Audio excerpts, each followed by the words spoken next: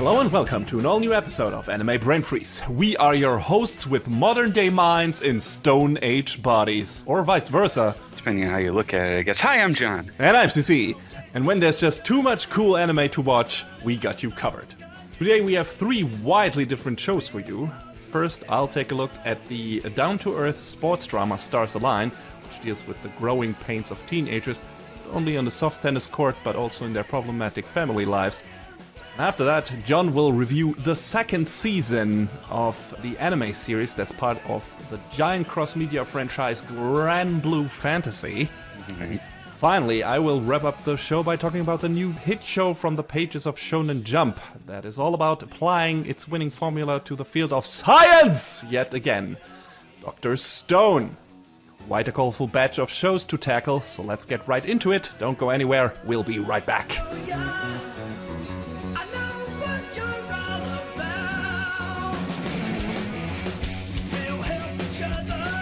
Boys' soft tennis team of Shijo Minami Middle School is a joke. Vastly inferior to the successful girls' team, it is considered to be a pointless waste that is populated with lazy entitled losers who, their team captain Toma aside, don't show any motivation actually achieving anything in their chosen sport. Due to new school regulations, the team is forced into action, however, because soon, all clubs that don't justify their existence by achieving some kind of displayable success will be disbanded. While the other team members quickly resign themselves to their fate, Toma is not willing to strike the club's colors just yet and starts a hunt for any possible new member that could revitalize their place. Hope arrives in the form of a new transfer student who turns out to be Toma's old childhood friend Maki. Through sheer willpower and on the virtue of being loaded as fuck, Toma convinces Maki to join the club. But unknown to Toma, Maki has very problematic family issues to deal with. And he isn't the only one. To overcome not only the challenges that await them on the tennis court, but also the many hurdles their personal lives put in their way, the club members have to come together as friends and stand as one true team. So Stars Align, or Hoshiai no Sora, subtitled with a light novel-ass title, even though it isn't, even in an ever-changing world, only the starlit sky will not change. Wow, you're not kidding. Yeah. It's very close to those kind of shows. But Stars Align is an original anime project with no other source material to speak of. And it is written and directed by Kazuki Akane, the acclaimed director behind series like Birdie the Mighty Decode, Noin, Code Geass Akito the Exiled, and The Vision of Escaflowne. I think you have seen Akito the Exiled, John? I'm not sure. Yeah, oh, geez. It's been a minute since I've watched it because I think it was like 4 or 5, like, it wasn't really movies, but, you know, they billed it as such that was released over quite a span of time, so... Yeah, I think... It's been a minute. I think Kazuki Akane is known as a perfectionist who doesn't really like to compromise when it comes to his vision, so it's no surprise that it took that long to, I guess, get Akito the Exile just right. But I mean, it showed because Akito had incredible production values, so yeah, so I've heard it was worth the wait. Some people said they like it even more than the original Code Geass. I can't attest to that. I haven't seen it yet. I always wanted to, and I might because we're getting more Code Geass anyway, if I'm not mistaken. So. Something along those lines. It's been really weird because they had some new movies, I guess, and then there was Lelouch of the Resurrection. I don't know. I haven't kept a close thumb on the newer Code Geass stuff, so yeah. But I'm willing to revisit that series. It had its dumb and moments, but I overall enjoyed it. So this might probably be a good reason to also check out Akito the Exile then. And True. Well. I might not have seen Akito the Exile, but I love Visions of Escaflowne, or Escaflowne, I think that's how it's pronounced. It was one of my favorite shows from the 90s, and one of the good isekai shows, I guess. What? Yeah. Before it became super, overpowered character in a JRPG-ish world themed, like, all the shows we're getting these days. Escaflowne was one of those shows I always heard, like, a ton about, but I never bothered to watch, so It might be up your alley, considering also the show you're gonna talk about today. Maybe. Yeah, it's worth revisiting in my opinion. I've watched it through like 2 or 3 times, and it still holds up. Ending is maybe a bit unsatisfying because it feels a bit open ended, but it's still like I think it wraps up all the most important stuff. Uh, I liked it. I liked it a lot, and I also That's love good. Birdie Decode, both seasons. I think that's a great sci-fi show, and I'm still mad that we haven't gotten another season yet. But yeah, so after finding out that Stars Align was gonna be completely Kazuki Akane's baby, I was quite intrigued. Hmm. Um, Looking at the basic plot summary, this seems to play a bit outside of his standard genre ballpark, since most of his acclaimed stuff is sci-fi or fantasy material. But hey, I like sports anime, so I was totally okay with the setup for his new show. And the show is animated by 8-Bit, a studio that is known for regularly acquiring new talent and investing in new tech, a thing Akane seems very much down for. And Stars Align is a very ambitious project, not only but definitely when it comes to its animation. Aside from the constant detailed character animation, there's also a lot of combination of 2D artwork and 3D backgrounds and camera work.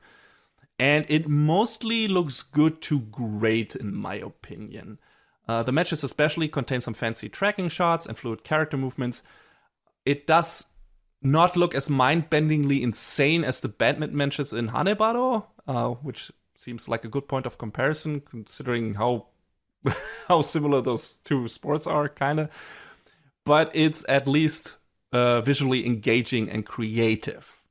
Sometimes the overly ambitious goals can lead to the animators visibly struggling with like keeping up a consistent level of quality in every scene, Oh, especially when it comes to the character models and combining certain 2D with 3D techniques. Like things can occasionally get a bit rough, most noticeably towards the end of the show. There are other reasons for that too, but you know. But I still don't really have anything to complain in terms of presentation here. What really stood out to me was the detailed and nuanced facial animation of the characters, especially in emotionally distressing scenes. In comparison, all the rough moments are super negligible, in my opinion. The soundtrack is by a band called Jizue, which I haven't heard of before, and that's also fantastic and complements both the action-packed matches and emotional moments of the show very well. Like be they high melodrama or somber, quiet, melancholy moments, both is equally well underscored by the soundtrack. There's a real cool fast-paced piano rock track that plays during pretty much every match in the show. Maybe even a bit too often. Might get old for some viewers more quickly than for others, but I liked it a lot. I think it's just a super riveting tune. it's one of those sorts of songs where they were so proud of it that Yeah, they had yeah. to keep. There, I remember Yu-Gi-Oh! GX was like that. There was this one awesome tune that they played in the first episode. I was like, yeah, this is dope. Really high action song. And then they kept using it over and over. It's like, guys, this song's cool, but the rest of the soundtrack's not bad either. Yeah, it outwore its welcome a bit by the end, but I still liked it. I thought it was like it's just cool once it starts up. It's like holy shit, now things are gonna get things are gonna get real. Now, on the surface, this is a show about soft tennis. And I gotta be honest, even though I like sports anime a lot, tennis was always one of the most boring sports in existence to me. And don't get me wrong, as usual, anime makes the most boring thing at least borderline exciting. Like I said, the animation during the matches is mostly great. There's a lot of shit happening. But with this one, it's more about rooting for the characters because the show got you to care about them rather than what's on display during the matches being the engaging thing here. At least for me, people who are really into tennis might be more dialed into the back and forth, but for me, it was mostly about the characters overcoming their boundaries, evolving, and seeing them becoming better versions of themselves during the matches. Which is, always a storytelling tool in sports anime, was like characters with different ideas, different ideologies, whatever, different attitudes clashing, and then evolving through that, even if they don't directly speak to each other or have a direct exchange aside from the sports thing. Stars Align does that too. And, also evolves the relationships between the team members at the same time. And speaking of boundaries, Boy, there are a lot in this show when it comes to the characters. Akane gave all the members of the club extensive background stories, and there's a reason for that, since almost all of the club members share a common theme when it comes to their family backgrounds. Their parents suck major ass. Well, a theme we've also been acquainted with in another sports anime show that I mentioned before, Hanebado, where, the main character has one of the worst anime moms in history. And there's this version of that in this show as well. And that is, or several versions actually, like a bunch of variations on that.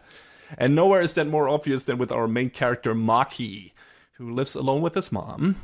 He does all the chores, the shopping, the cleaning, the cooking, what have you, because his mom is out there making sure they have a solid income, which, funnily enough, seems to be the reason why he is athletically gifted, because they didn't have an elevator in their old apartment, so he did a lot of running up and down the stairs and other things. He actually isn't into sports. When we meet him the first time, he's more a math and astronomy guy, funnily enough, but due to aforementioned circumstances, turns out he's not bad at sports either. And Toma, his old friend, immediately recognizes that when Maki displays good enough reflexes to catch a stray kitten in midair when it jumps over his head. So he tries to recruit him into the club, naturally. But after some back and forth, and Toma actually doing some investigating, Maki is basically like, hey, sport clubs are expensive. My mom is a single earner for both of us. If you want me to join to save your club, pay up. And Toma immediately does. Because his family seems to be quite wealthy, he just says he'll throw 10,000 yen Maki's way each month. And if they win the tournament, another 10,000 as a bonus. And Maki is completely taken aback because he didn't actually expect Toma agreeing to these ridiculous terms. I mean, why would he? But Toma does, so here we are. And he also supplies him with all the necessary gear as well, so that's quite a good deal for Maki. And it turns out it was the right move for the team as well, because Maki is a real upgrade to the club. Not only does he turn out to be super adept at learning the basics and becomes very good at the sport very fast, Maki also isn't afraid to speak his mind either, which turns out to be more beneficial to the team than you might expect initially. He calls out the other guys several times for being bad at tennis, like saying, if I can just beat you like that, what have you been doing until now? And he is not wrong.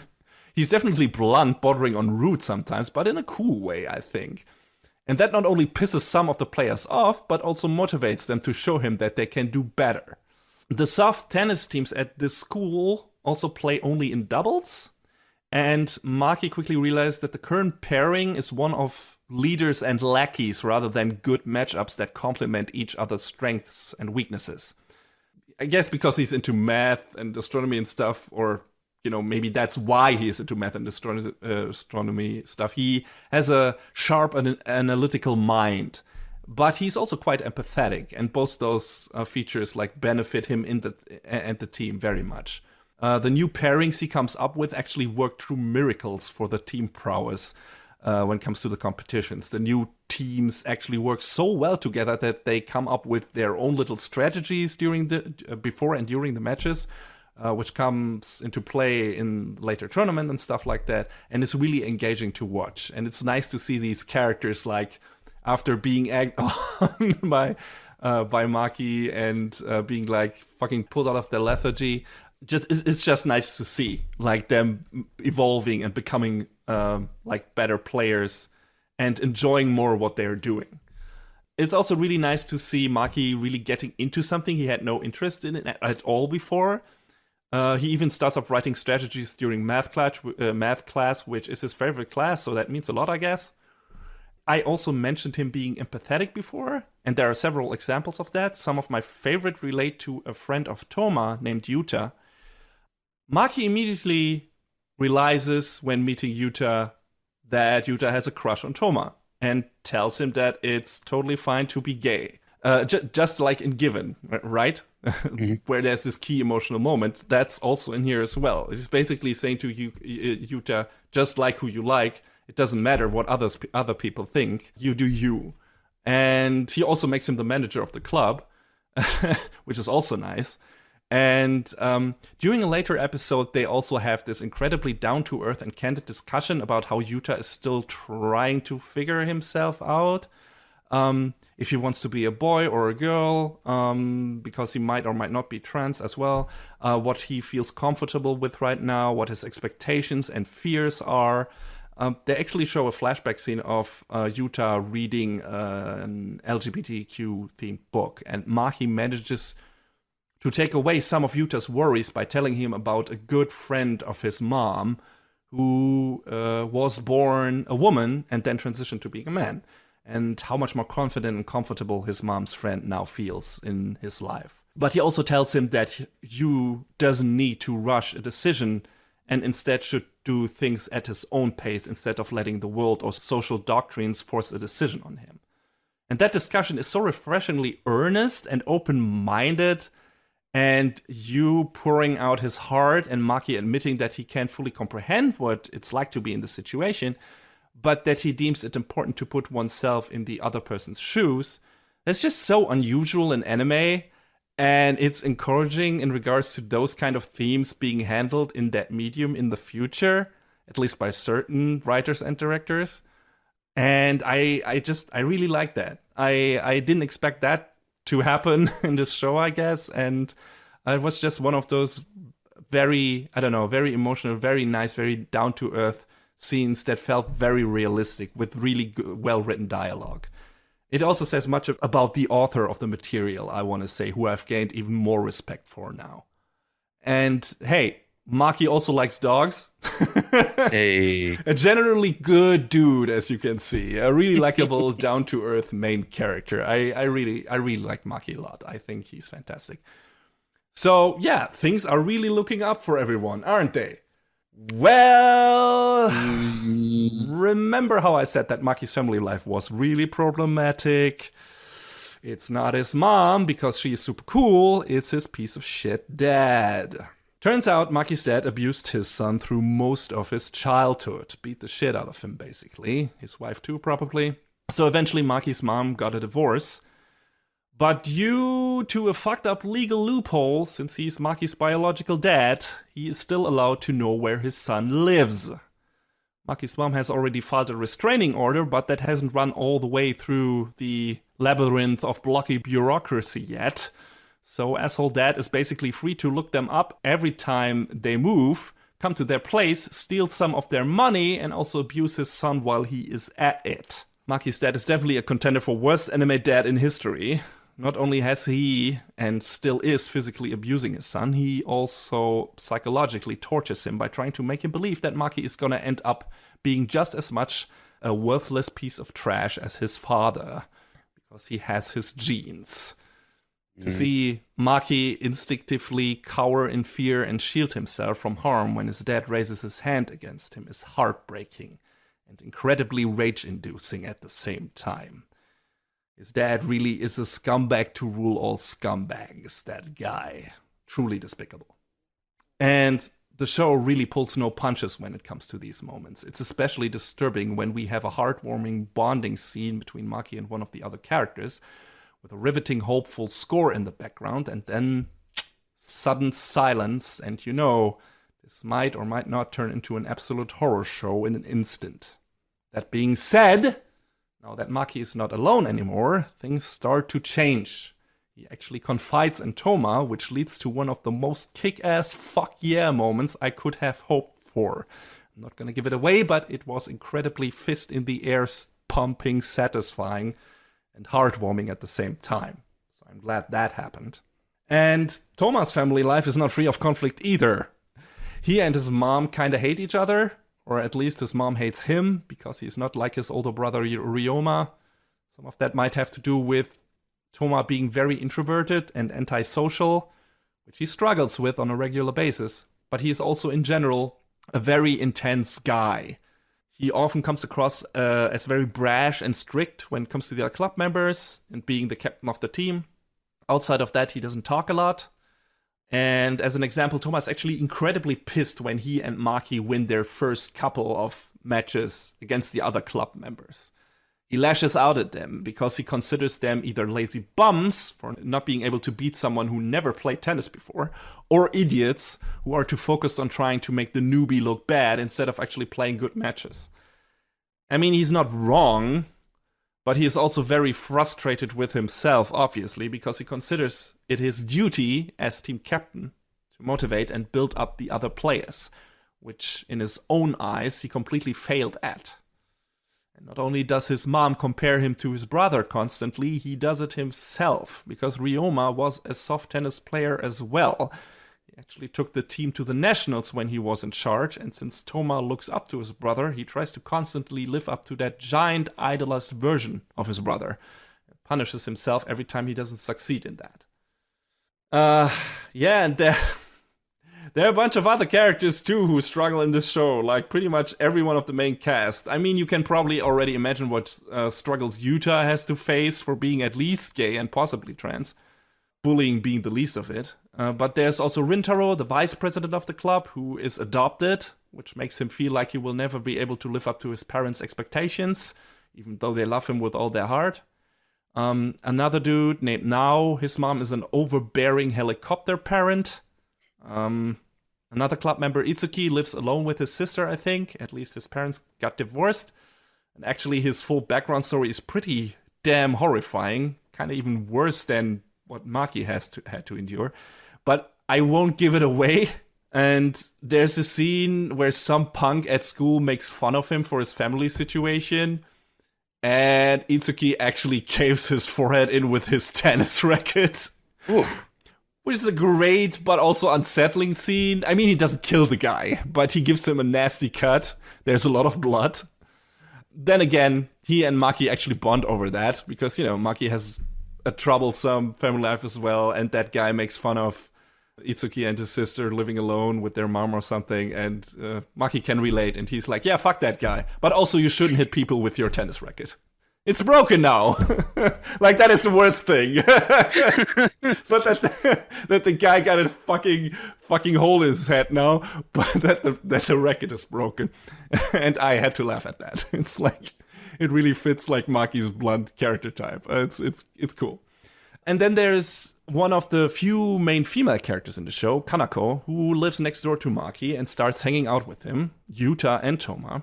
Mostly because she seems to have quickly developed a crush on Maki, but also because Maki is actually really good at cooking, since he is responsible for all the chores while his mom earns the green. So naturally, Toma, Yuta, and Kanako start just hanging out at his place regularly, just to experience his cooking. And Kanako is actually an artist. She seems to have drawn mostly manga-style stuff till now. But watching the boys play tennis and analyzing their body movements actually gets her interested in further developing her techniques, tool sets, and range when it comes to drawing characters. Which is cool. But her mom doesn't support her art, though, because she thinks that it's not a valid career path, so it's worthless in her eyes. And Kanako initially at least has a crowd of followers online, but once she changes styles and tries to actually evolve as an artist, those vapid shitbags turn their backs on her, of course. So she also has a lot to deal with, but also finds strength in seeing the boys becoming better at their sport, even if she was one of the people who considered them total losers before all this. So she's like, hey, if they can do it, I can do it too, which is great. And she's right, so I hope that continues for her. So yeah, a bunch of family drama in this show. And don't get me wrong, not all of the parents are assholes per se, but there definitely is some bad parenting going around, like physical abuse, psychological abuse, not understanding your child's needs or putting your own needs first, seeing your child as your possession, or trying to fulfill the dreams you had for your own life through your child without questioning if that's actually what your child wants or needs. A lot of parents in the show fuck up their kids in various ways, but there are also some good parents too, of course, like Maki's mom, Shinko's dad, or Rintaro's parents, so it's not all black and gray. And despite some scenes of heightened melodrama, all the characters and their problems in this show felt incredibly down to earth and super real. I mean, if you want to talk about a show getting real, as they say, this is it. Doesn't get more real than that. Some viewers might feel like the constant barrage of shitty parents and personal problems of the cast is a bit too on the nose, or over the top, or exaggerated, or unrealistic, or whatever, but it didn't feel like that to me. I was engaged from beginning to end, completely dialed in, more into the character drama than into the sports competitions, actually. Although that part is great too, definitely. The only thing worth mentioning, in my opinion, that didn't work out sometimes for me when it comes to drama is that certain emotional moments should have been given some more time to simmer and room to breathe, in my opinion. Because sometimes the show cuts away too quickly from a huge revelation or some character breaking down or something. But again, the few moments that stuck out to me in that regard are small in number and very negligible. So it's fine. It's totally okay. But yeah, I loved pretty much everything I was watching. The intensity of it all had me super hooked. And then after the first big tournament ends, a bunch of things go wrong. Shit gets super dark. And after one of the most what the fuck mouth wide agape moments in the show, it just ends. Oh no. Yeah. So I here's the hate when deal. that happens. Here's the deal. Stars Align is 12 episodes long, but it wasn't supposed to be. It was produced as a 24-episode series. Oh, did it just like get cut off in the funding and it got canceled, or is it a split core, or? Until spring of 2019, months before the broadcast and years into a production that's easily traceable into 2017, the team got notified by the production committee that the series would now only be one core of 12 episodes. Oh, that sucks. To quote directly from a very informative article on Sakuga blog, which I will, as usual, link in the episode description. By that point, so much work had been done already that a fundamental restructuring of the show wasn't a real option. So they opted for the lesser evil of telling half the story more or less as they'd intended it. The result isn't the Stars Align that Akane and company had envisioned, and not even the abridged version they could have made if they'd been notified about the length much faster, but it genuinely feels like the best they could do in these frustrating circumstances. And this is a huge bummer, not only because we end on a giant cliffhanger with most of the character story threads left dangling without any real resolution whatsoever. Some characters that were obviously intended to play a bigger role, judging from the ending animation and stuff like that, like the student council president Kinuyo, have been barely featured in the story so far at all. And also, because the team was left operating under the assumption that they would be able to realize the vision of the writer/director as they intended to, and weren't even given enough notice in advance to steer things into a different direction. I think that's super shitty. I really, really think that was a bad choice on parts of the production company, and if money is the reason for that, that's understandable, but still garbage. Like, fucking give them, I don't know, a notice much sooner, guys. What the fuck? That's business, though. It sucks to say, but it's business. Yeah, I guess. Who knows? Maybe the viewership was good enough that maybe someday they'll be able to turn around and say, hey, yeah, maybe you can, finish it now, but... Yeah, we'll see. In the last episode, the OP is actually ending abruptly, which never happened before, which is probably an intentional nod to the whole situation, since it mirrors what happens to the actual show. The ED does the same thing in the final episode, and I can't even imagine how frustrated the director must have felt to have this, like, his passion project cut short, which this obviously was. Like, this felt like a very personal story that he wanted to tell the way he wrote it up, and now he wasn't able to. I don't know why this happened. Maybe because the production got too costly.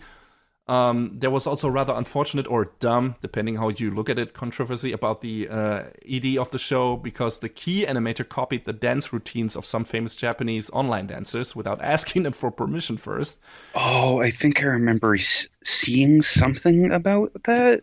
Yeah, that got big media buzz for a while. So the production committee and the crew had to come out and apologize for that oversight.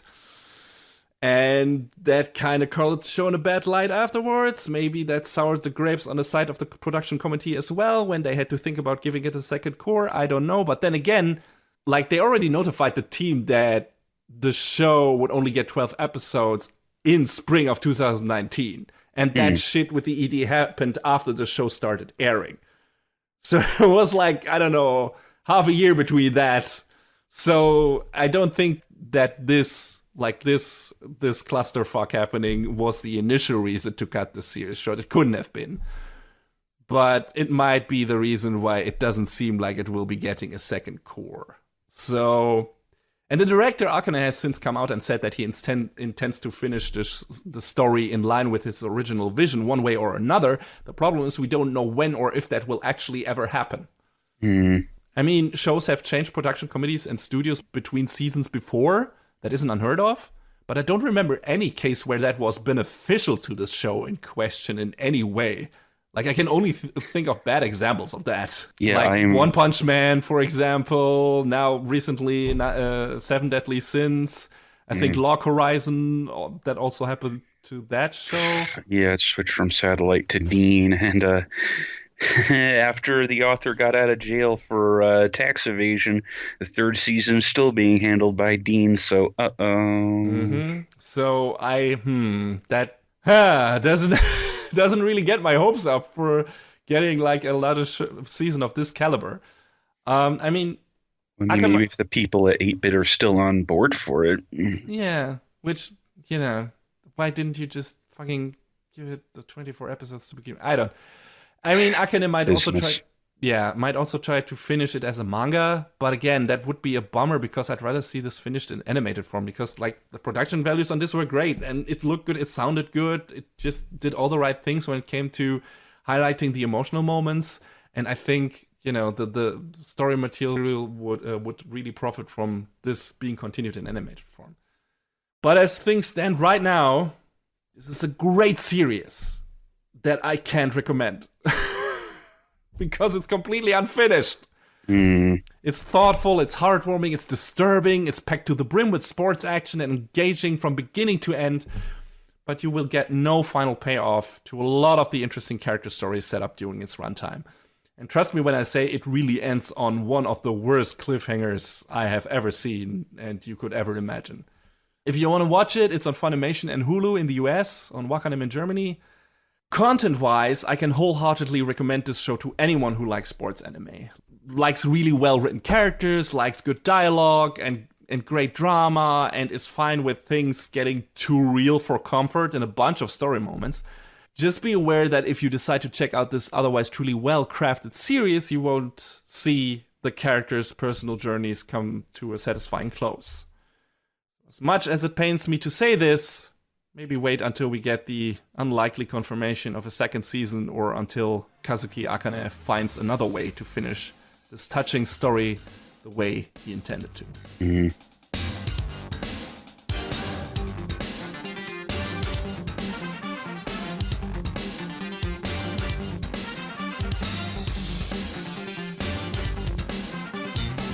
Right, so that means it's time to talk about Granblue 2 Electric Boogaloo.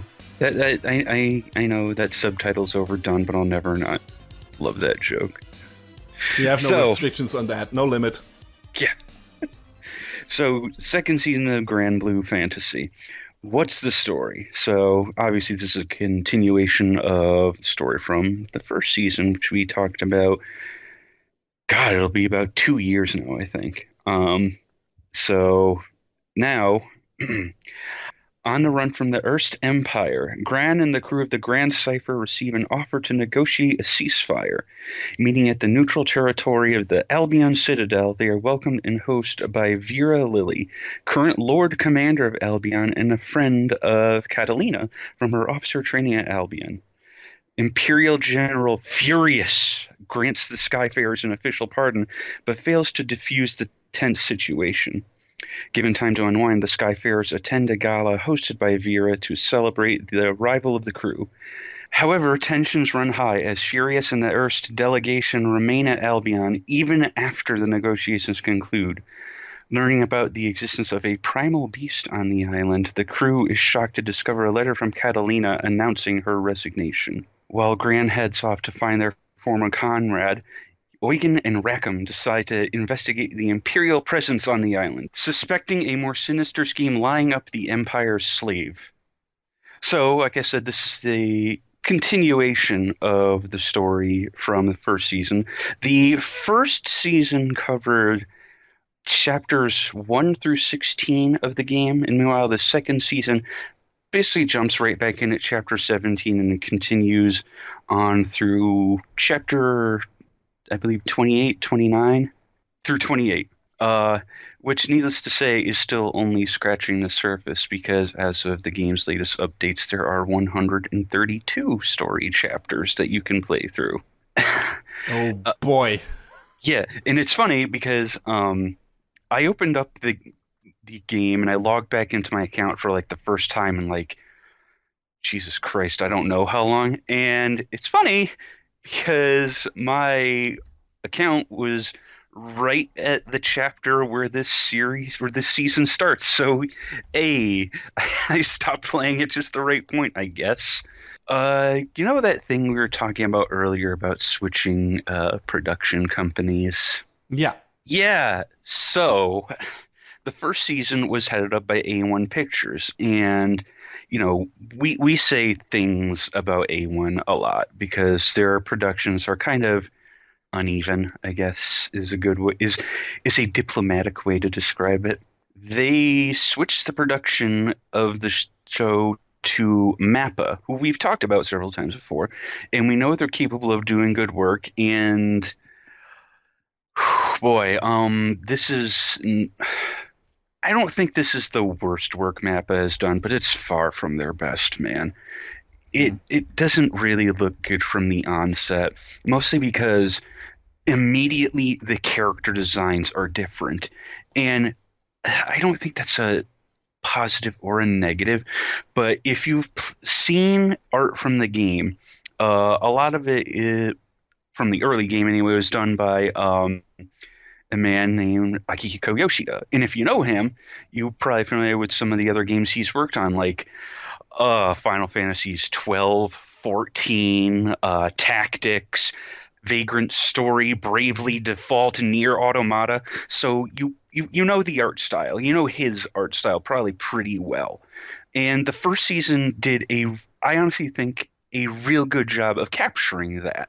Like the very sort of rough-hewn, almost sort of sketchy look of it at Yeah, times. it was very interesting. I had to like I didn't watch the first season, like I watched like 1 or 2 episodes, but that art style just stuck out to me because it was unusual and I wasn't really into it in the beginning. It's like this looks weird. This looks a bit unfinished, maybe. But I didn't really get it at that point in time because I didn't know who was behind the actual artwork and it just looked a bit weird to me. But yeah, it was definitely distinctive. And in retrospect, I think it's cool that they actually managed to bring that style across so well in the first season.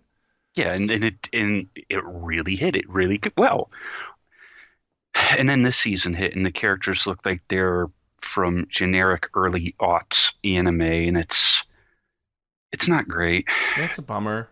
Yeah, I look at it and I'm like, this isn't terrible, but it's not what we had before, which is saddening to me because about halfway through this season's run, I don't know if there was something held up on the production side, and they were just like, throw in this OVA episode here, and it was an OVA episode from season 1.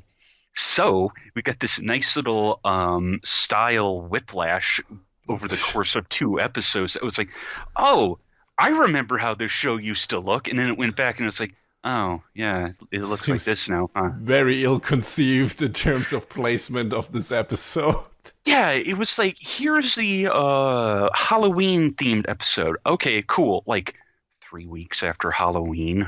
Mhm. But yeah, it was just like this. I don't even know how to describe why or the why, the how they decided to put that episode where they did, when they did. It was just like, great, you're reminding us of what used to be. It's kind of going back to what we just said a few minutes ago about Log Horizon. every time they would flash back to scenes from the first season. It was like, yeah, I remember when this show used to look good because Satellite put in the work, and then you immediately be snapped back to reality when you see Dean's animation work, and it was like, oh. And I know you will eventually have things to say about Dean later on, but Yeah, whenever that happens, when I can yes, force myself to torture myself. but yeah, I mean, I guess at first the animation seems a little off in the first year. Like the first couple episodes are not a good showing. Uh, but then it's sort of, I don't think it really gets like really great, but it gets a little better as things go on. So I guess I don't know. The show, it was an entirely different. They didn't bring anyone over from the first season's production crew, except for the musicians. That's um, something, I guess. yeah, because the music. We'll at least talk about how fire the music in Granblue Fantasy is, because the game has awesome music. Uh, Mainly composed by one Tsutomu Narita, who has worked obviously on the original game, the upcoming Granblue Versus. I was about to ask that. Is he going to do the music? Is that from him as well? Yes. Nice. He did some work on FF14 and 15, Fairy Fencer F, and one of Square's mobile games, Imperial Saga. And some of the other music was done by Yasunori Nishiki, who worked on the Azure Lane anime, which maybe I'll talk about that eventually, but there are reasons for that. But a lot of his work is also founded more in the games sphere, where he's done music for some of the Bimani games like Reflect Beat, Jubeat, Ubeat, depending on how you pronounce it, Terra Battle 2, Octopath Traveler, and one of Cygame's other games, Princess Connect. So yeah, the music in this show, it's great. It's super good. Obviously a lot of the stuff is, tracks that are used in the game, and that's fine. When Persona 4, the animation was airing, it did the same thing. And, obviously it made sense to do, because that game, I have my things to say about that game, but the music, again, is great. So if you're looking for a good soundtrack, I mean, Granblue's got your back. It's got your back super, super hard. It'll be there for you. Is it like a remix of the tunes from the first season, or is there some new stuff in there as well? Obviously there's some reused songs, but there is, new stuff that came into play as well. So cool. The director of this season is one Yui Umemoto, who their big directing claim to fame is a lot of Card Fight Vanguard, like 4 or 5 different series worth. And they did some episode direction on Banana Fish, Durarara, Garo Vanishing Line, Kids on the Slope, and a couple different seasons of Natsume's Book of Friends. So, it's still, you say what you will about Banana Fish, that's still, a pretty solid resume. Definitely. And I mean, hey, Banana Fish, we brag on it a lot, but it still had its great moments. Like it was occasionally a really, really good show. It just like the way it wrapped up was so incredibly unsatisfying that it colors the show in a bad light in retrospect. So to make that clear again. I mean, a lot of the character interactions and stuff too, and the hyper cartoonish villains. Yeah, I guess. Which, make no mistake, this show we're talking about now has its share of cartoonish villains with with fucking General Furious just being like, one of the short little potato character, and having his big Napoleonic complex because why not? But every fantasy universe needs their megalomaniacal Lalafelds, I guess. Yeah. It's a trope. Yes, but it helps, I guess, set the character. It helps set them in that role, so you know what to expect from them. But yeah, this show, it was I guess a fine continuation of the story. Not having played this far in the game, I feel like it's kind of difficult for me to comment on super heavily. There was a moment later. Well, the this season covered three main arcs. The one at Albion Citadel, where Catalina is reunited with her former classmate Vera, and it turns out, the Albion Citadel is just like this in this neutral territory. They're a military academy. Vera is stationed there because she's formed a pact with the primal that inhabits the island called Luminera, and because of that pact, she is bound to stay there.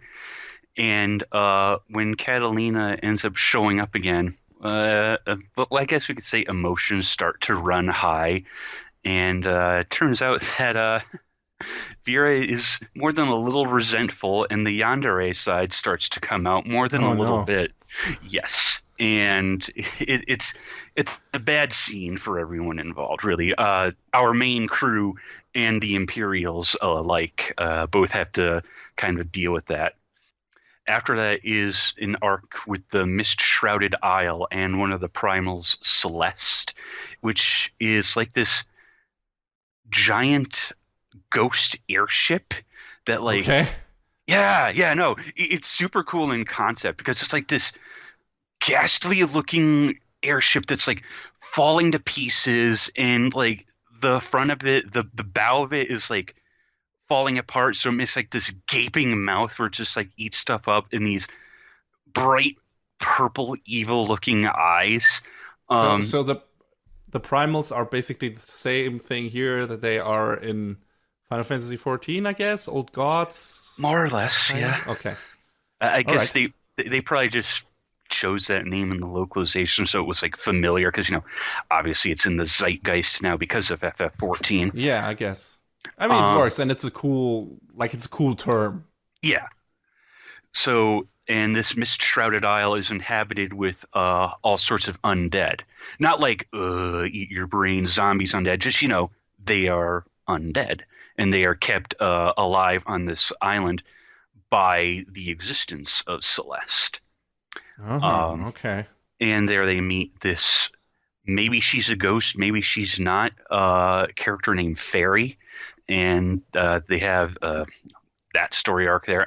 I want to talk about the arcs, but keep away from the specifics because I think there's some interesting parts of the story to be had there. I mean, this is a second season review, so for all intents and purposes, you can spoil away. If people don't want to know anything about this, they can just listen to the first season review and decide if that's something for them. But it's your decision. I'm just saying you don't have to hold back necessarily. If there's something plot specific you deem interesting, you would like to talk about, just feel free to do so.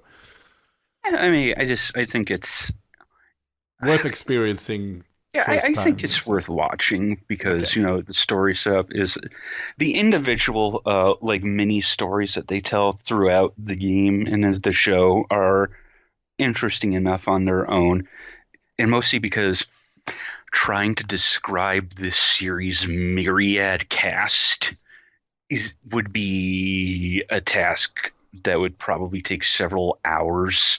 Ori- Original Granblue Fantasy is a gacha game, right?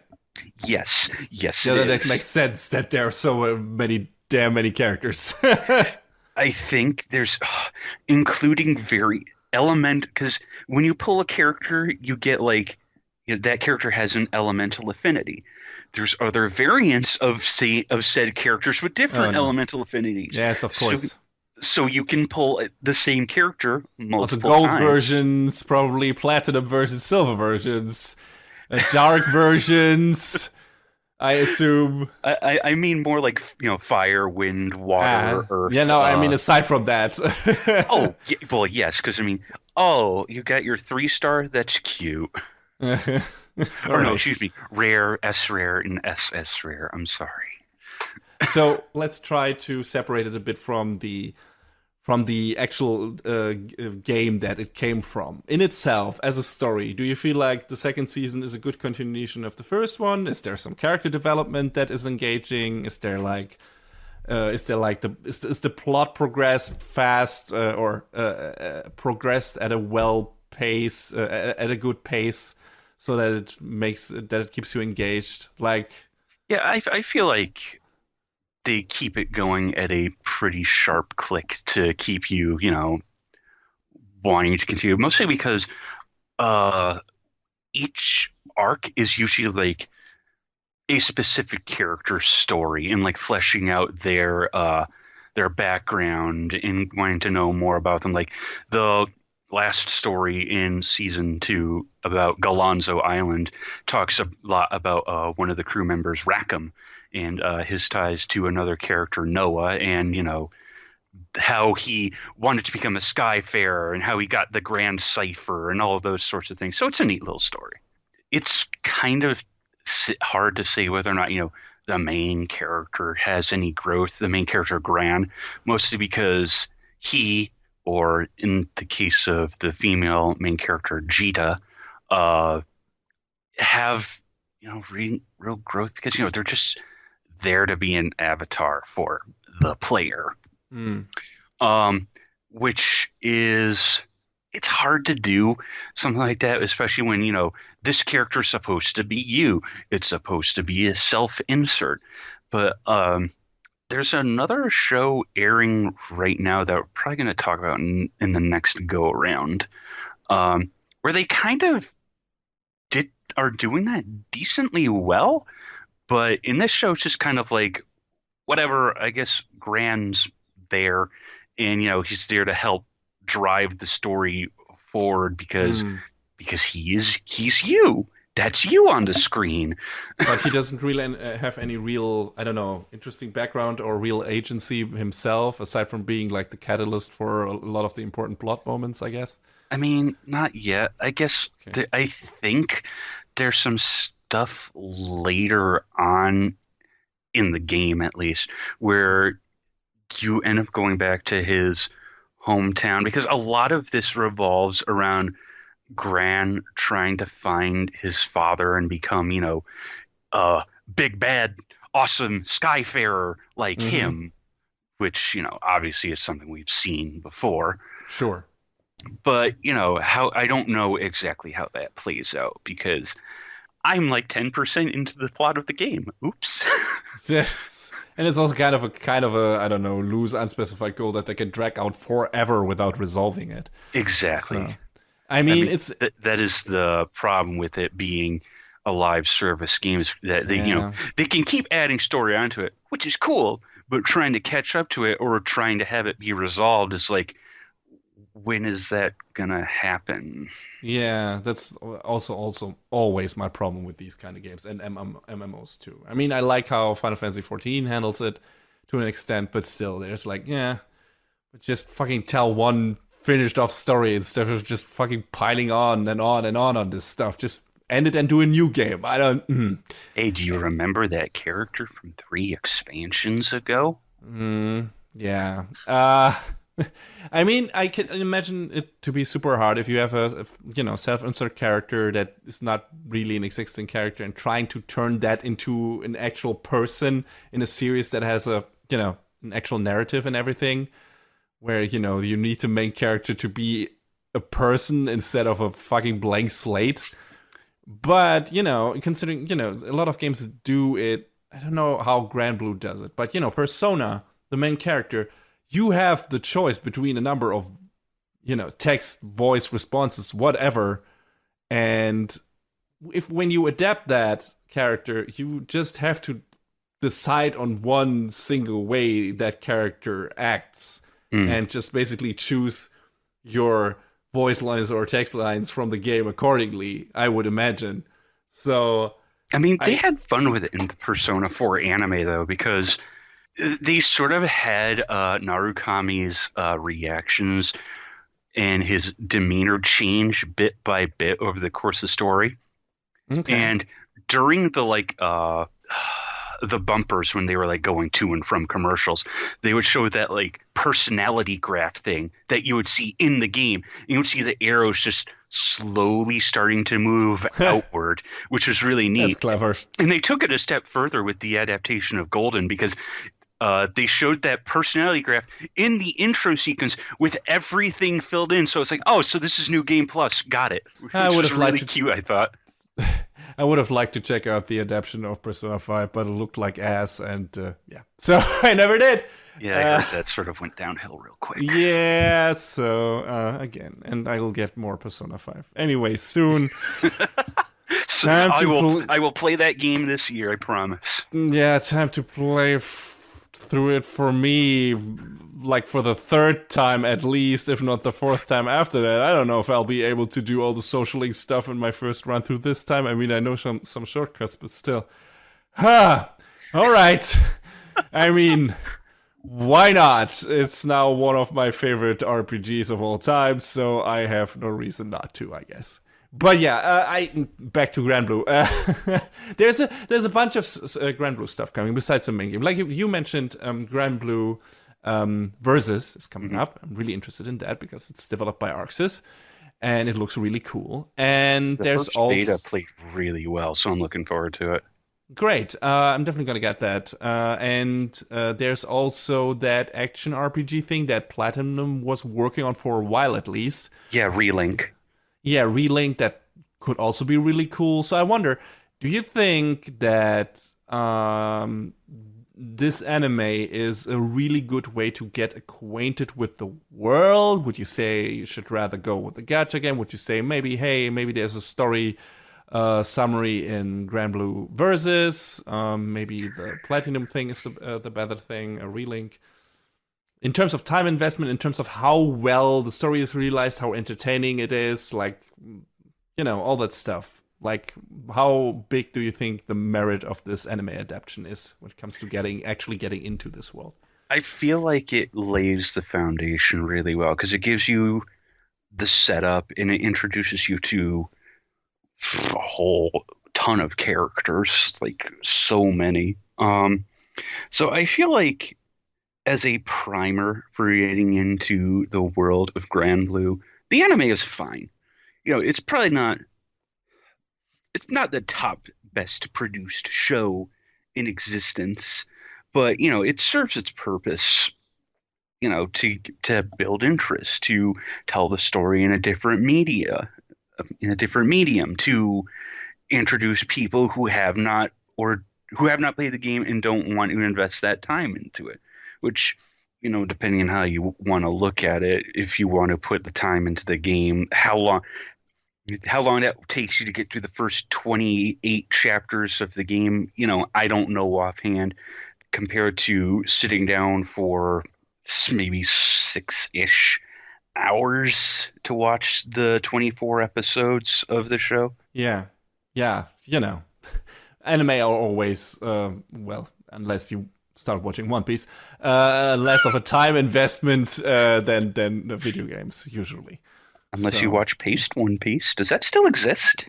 I don't know, actually. That would be interesting. I mean, I'm still holding out hope for eventually getting the One Piece Kai version of the story, because I definitely prefer the animated version again over the manga version, even with all its flaws. But yeah, still so, I would really like to have an abridged version of that. That is, hey, what's Team 4-Star been up to recently? You can talk to them.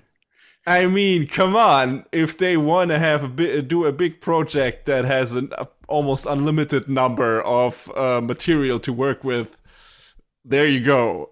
Holy shit, we're nearing the 1,000 episode mark or something at this point. So, oh my god. Yeah, well, let me check actually. This is just for funsies. The newest One Piece episode is episode 919, people. So there you go. Yeah, Team 4-Star, get on it. That's like, God, Detective Conan has to be running for about as long. Yeah, I think so. And that's still running. So yeah, they're probably covered equal ground at this point.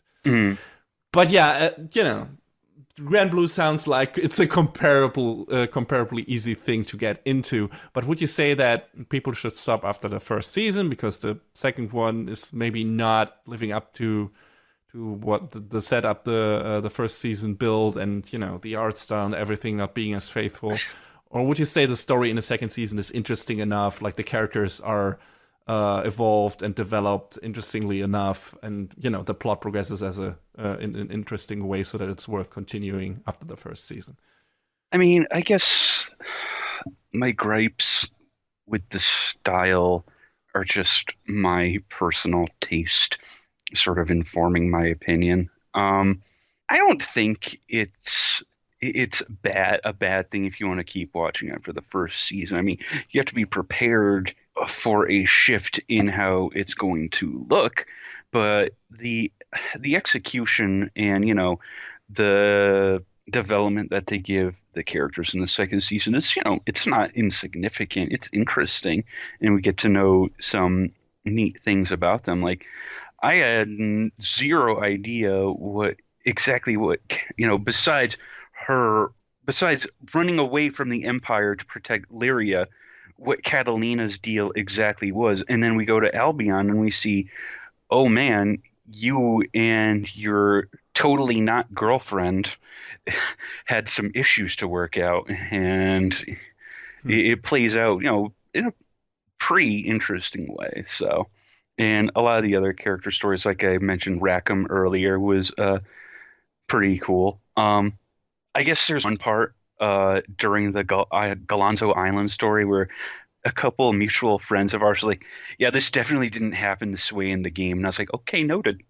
Noted that what happened in the game wasn't as cool as what happened in the show. Gotcha." Well, is it actually that? Like, is it better in the show than I it? thought they made it a bit more interesting because if it was, I don't know exactly how it plays out in the game, but in the show it was like, oh, we angered one of the old gods, and now it's taking on this form that was like pretty much dwarfing the island and threatening to wipe it out. If y'all are interested in watching it, I don't want to give away what exactly it is, but it was pretty wild to behold. And as far as the CG goes, it's probably one of the best looking things in this show because this both seasons of this show used CG to varying degrees. I kind of feel like maybe in the second season it was maybe slightly better, but it's hard to say one way or the other because we have both gone on and on and on about how anime CG is a very on again, off again sort of thing for us. But It's putting it mildly. yes, It's mostly off. yes, Mostly off. yes. But yeah, I mean, I feel like the use of it in this show as a whole was fine. It wasn't anything really off-putting, I feel like. So That's good. if, it didn't really deter me from anything, on that front. It's like, oh, this is CG, looks all right. That's the sort of feeling I had that, oh, looks fine. And Mappa has put out good CG stuff before. Like the stuff in Garo is fine. Yeah. Yeah, that's the one I can think of right now. I can think of a bad example too. Like Inuyashiki didn't look great. So yeah, I think they're, and yeah. So I mean, it always depends on who is responsible for it, I guess. Mm, So it's nice that it's good in Granblue. yeah.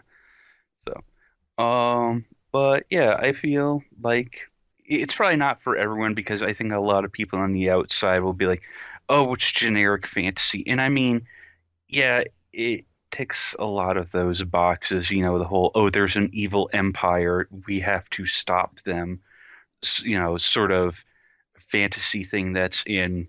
Let's crunch the numbers. 95% of our JRPGs. But there's some neat character moments sprinkled throughout. And if you can put aside, the shift in design in the second season, I still think as a whole is perfectly enjoyable as it is. It tells, a decently competent story with some cool characters. And, yeah, if that strikes your fancy, you can check it out on Crunchyroll and High Dive.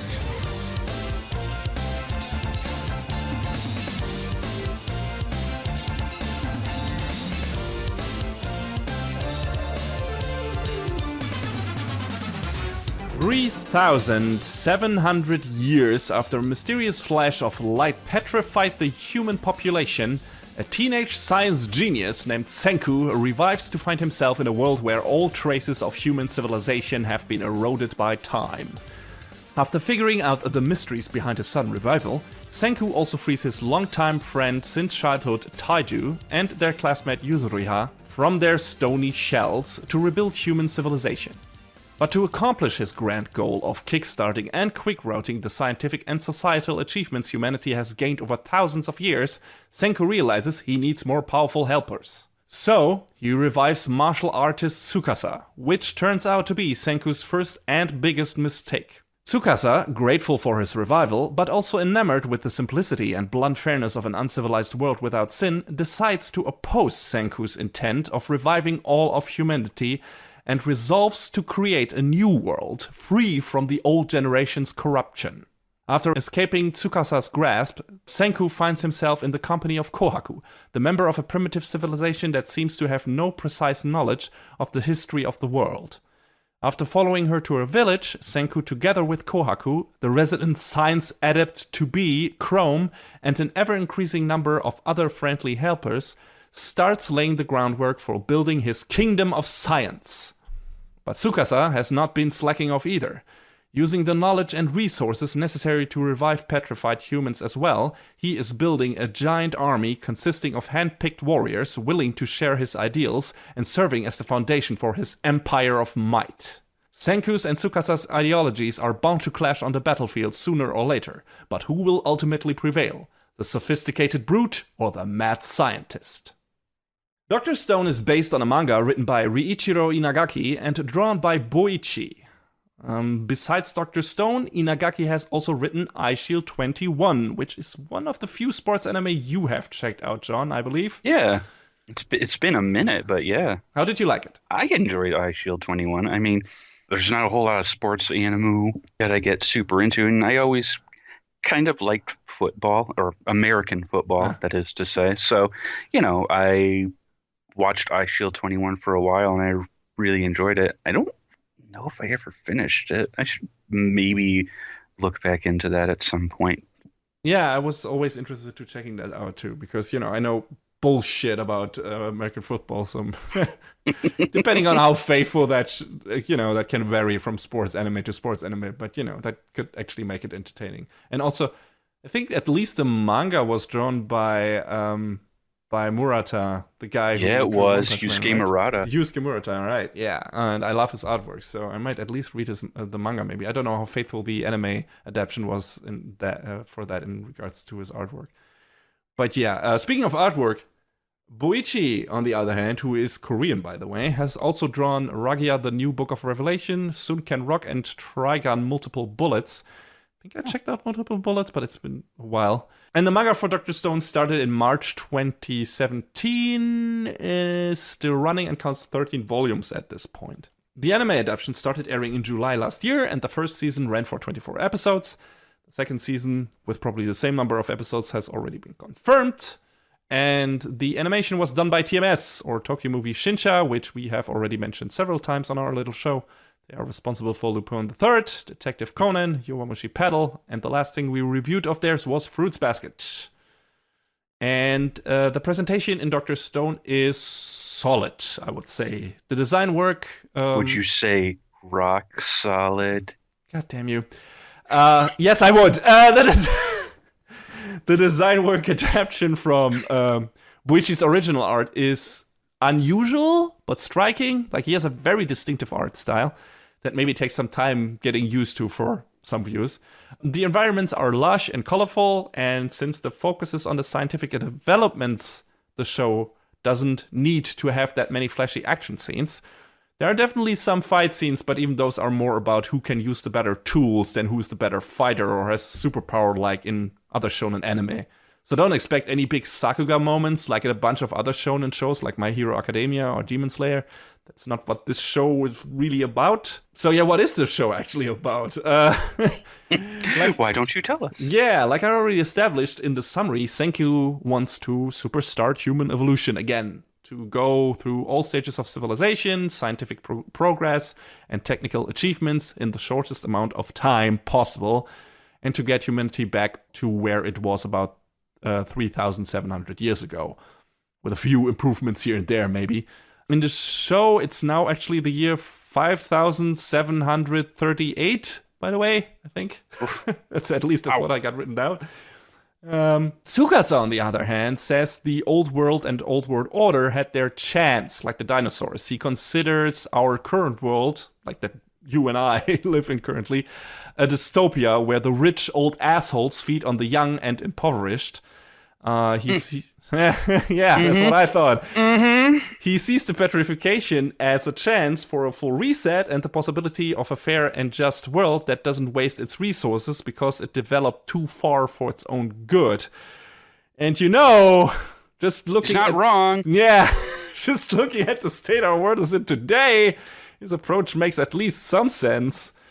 It's definitely understandable, and that's why he is a good antagonist. His motivation and goals are very relatable, and depending on how you look at it, maybe even better to an extent than Senku's undying trust in a better world through the power of science, and, the need for more people to trust in science potential. So we have an interesting hero and villain, and the rest of the first season is basically Senku gathering people from the village, willing to help him make science shit, necessary to cure Kohaku's sister from an illness that cannot be cured with this stone world's current level of civilization. Turns out he needs to make an antibiotic, which is easier said than done in this environment. But thankfully, Senku is an absolute super genius who knows literally all scientific achievements ever and also knows how to reproduce them with the most archaic methods. There's a bunch of stuff that he comes up with that stretches the suspense of disbelief quite a bit.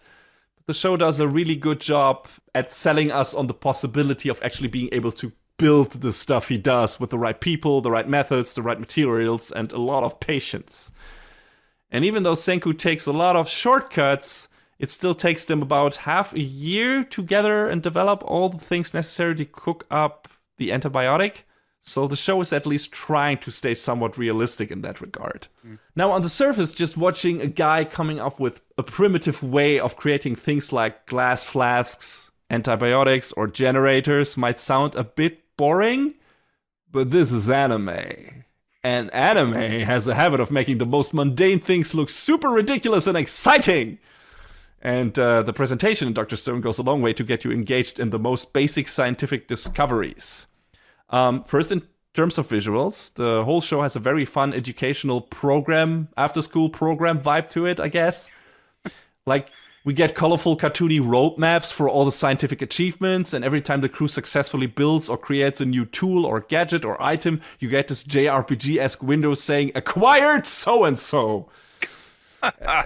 Yeah, excellent. With 8-bit graphics or 16-bit graphics included, all that good shit. The series visually and story-wise also frames tiny scientific advancements like a light bulb, for example, as one of the most amazing, mind-dazzling things. Like, it lets you rediscover an appreciation for all the big and small scientific achievements humanity has gained throughout history. And some of the scientific developments are staged so well that they get you really excited along with the characters, especially the characters who see them for the first time, and lets you understand the basic attraction of working in applied science. Senku also sometimes turns into a robot when explaining things, just, for shits and giggles. He's not actually turning into a robot, but, as a visual thing. There are a lot of jokes, slapstick humor, science gags, overreactions that are funny because they're creative and not just loud. Some really funny caricature-style faces and bodies for comedic moments, like Boichi's designs are very versatile and lend themselves well to this kind of comedy. The show also does a really good job at making us remember how powerful and scary nature can be when the team tries to gather sulfuric acid, for example. Like, they show the acid cloud basically as this two-faced goddess that turns into a horrible ghoul in the blink of an eye. And primitive humans might really have treated something like toxic gas as a hidden cursed demonic force because they didn't know better and didn't understand it.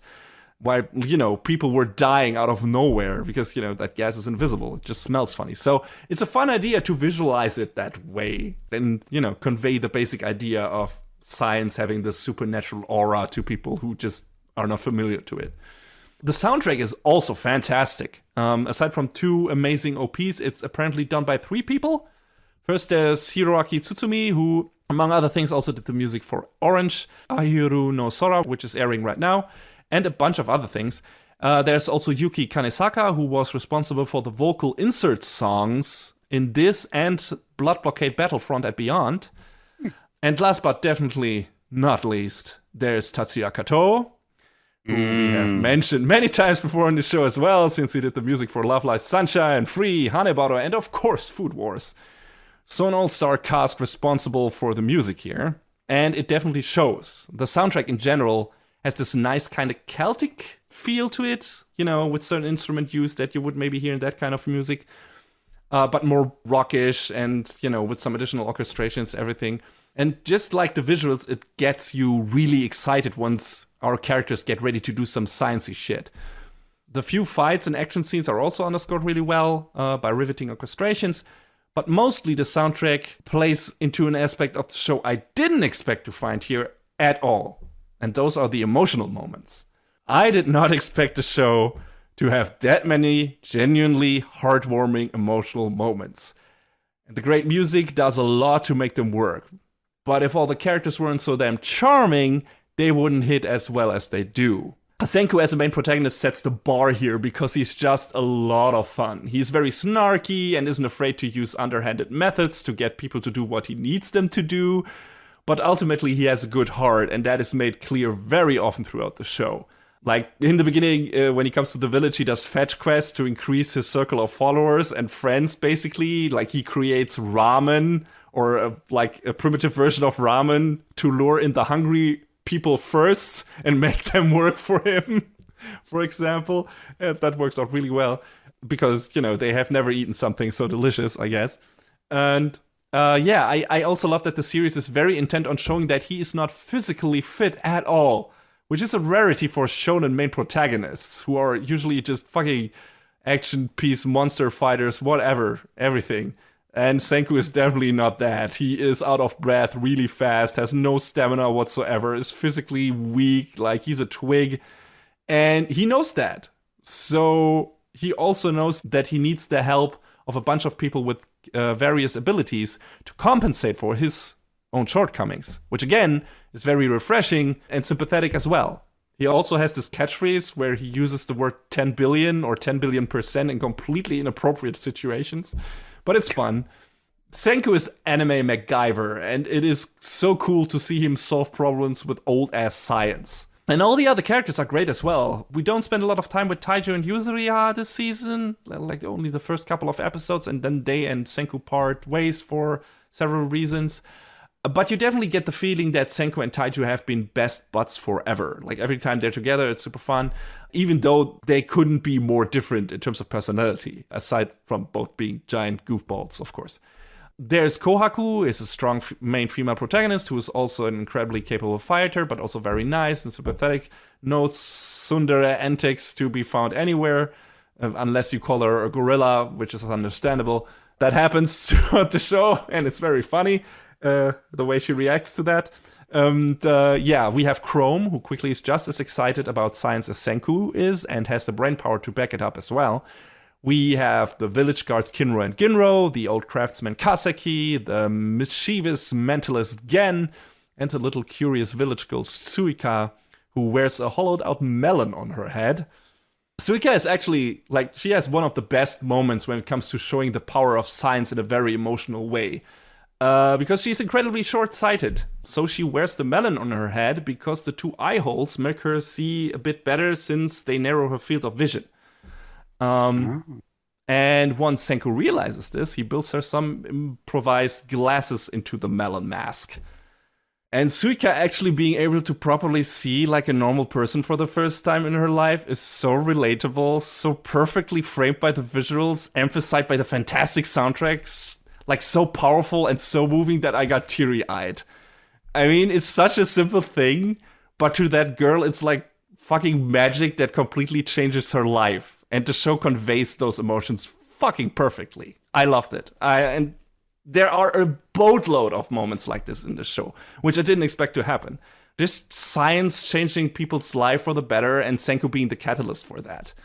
Like I said, I did not expect the show to be so emotionally rewarding, especially in the later parts of the season when we learn about the backstory of the village, which is actually pretty tragic and sad, but has several great payoffs. The biggest one in the final episode of the season. The soundtrack also becomes incredibly moving in that part of the story, and there are some surprising vocal performances that will definitely tug at your heartstrings, especially, again, in the final episode of the season.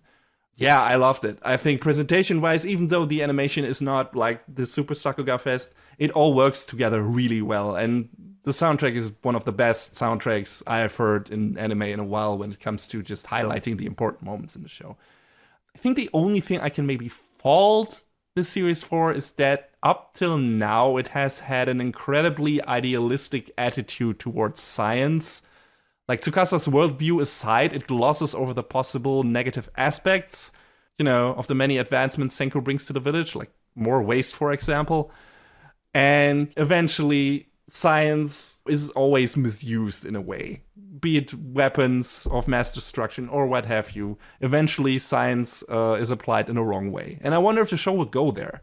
I wonder if this, like, society psycho builds will advance to a point where things like that can happen or will happen, and how Senku deals with that. I wonder. Because so far it feels like this show is just a giant-ass love letter to science, and, how far we've come as a human race in regards to science and everything.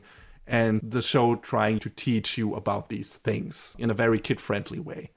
And I appreciate that, but I wonder if the show can stay that way, especially when it comes to the whole war thing that is looming on the horizon. But yeah, aside from that, I fucking love this show, which I did not expect. Again, when I first saw artwork from the manga and the trailer for the anime, I thought it looked weird. Senku has silly Yu-Gi-Oh hair, but he is a mad scientist, so he should look the part, I guess. But I thought this would be another basic shonen battle anime, only this time set in a Stone Age setting. But so far it has been mostly anything but. There's a small tournament arc, but it lasts like 2 episodes or something, and feels like it's only really in there to mix things up a little and to move the plot along. But yeah, just like Food Wars, Dr. Stone is a creative spin on the standard shonen formula, and depending on how much of a science guy you are, this might be even more engaging, fun, and up your alley than the Shokugekis in Food War. And if you think you are that kind of person, then you should definitely check it out. And everyone else who is into shonen stuff as well, for that matter. It's streaming on Funimation and Crunchyroll, who apparently backed the shit out of that show, by the way. It even has a little Dr. Stone-themed Crunchyroll teaser animation right before each episode. And, I prefer them backing a show like that over something like Shield Hero. But you love Shield Hero. No, I don't. Who told you that? I want to punch that person and call him or her a liar. You did. You told us that. No! I did not listen to the fucking episode! You talked about it for so long, though. How could you not love it? Yeah. I wonder. Why did I talk so long about it, John? I maybe shouldn't have. It didn't deserve my attention for that long. It got it anyway.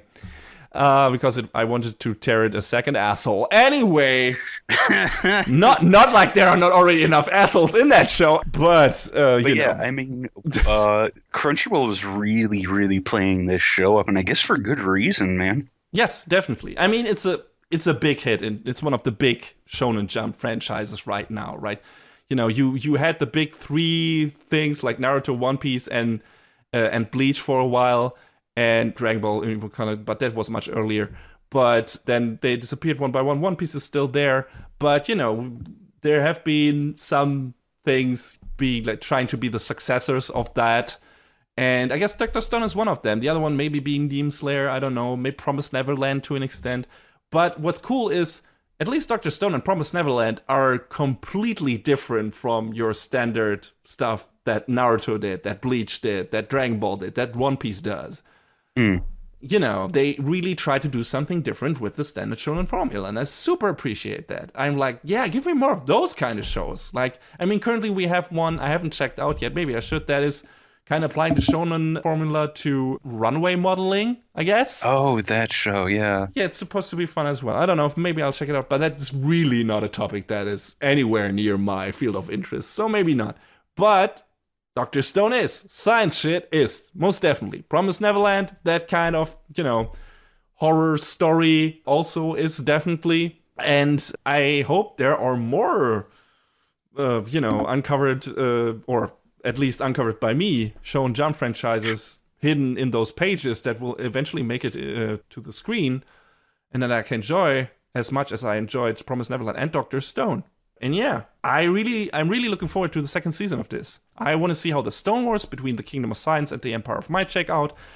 Also, at this point, we know a lot about the background of the current world, but we still don't know what or who is responsible for the petrification event all those years ago. So I wonder if we will get filled in on that in season 2.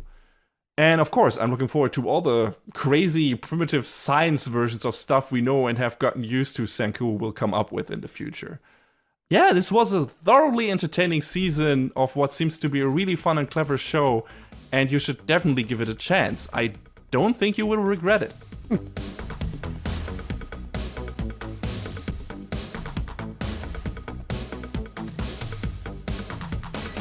And that is a wrap on the 89th episode of Anime Brain Freeze. All the music in our show is from the Double Dragon Neon soundtrack by the amazing Jake Kaufman. Please go to vrt.bandcamp.com and check out his awesome work.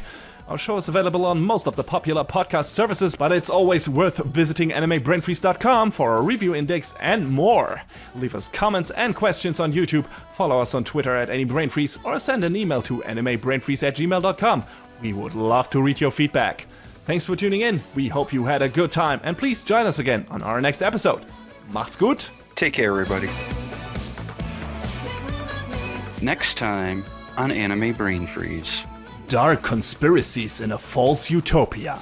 And fighting fire with fire, in the most literal sense.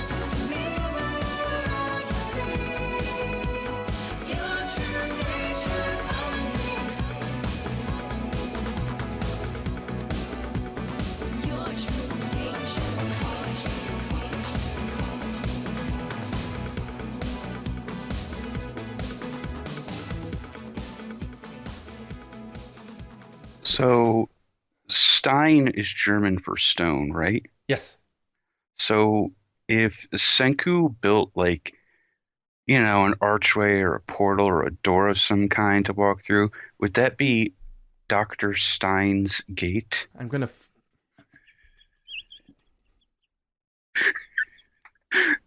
Thank you, good night!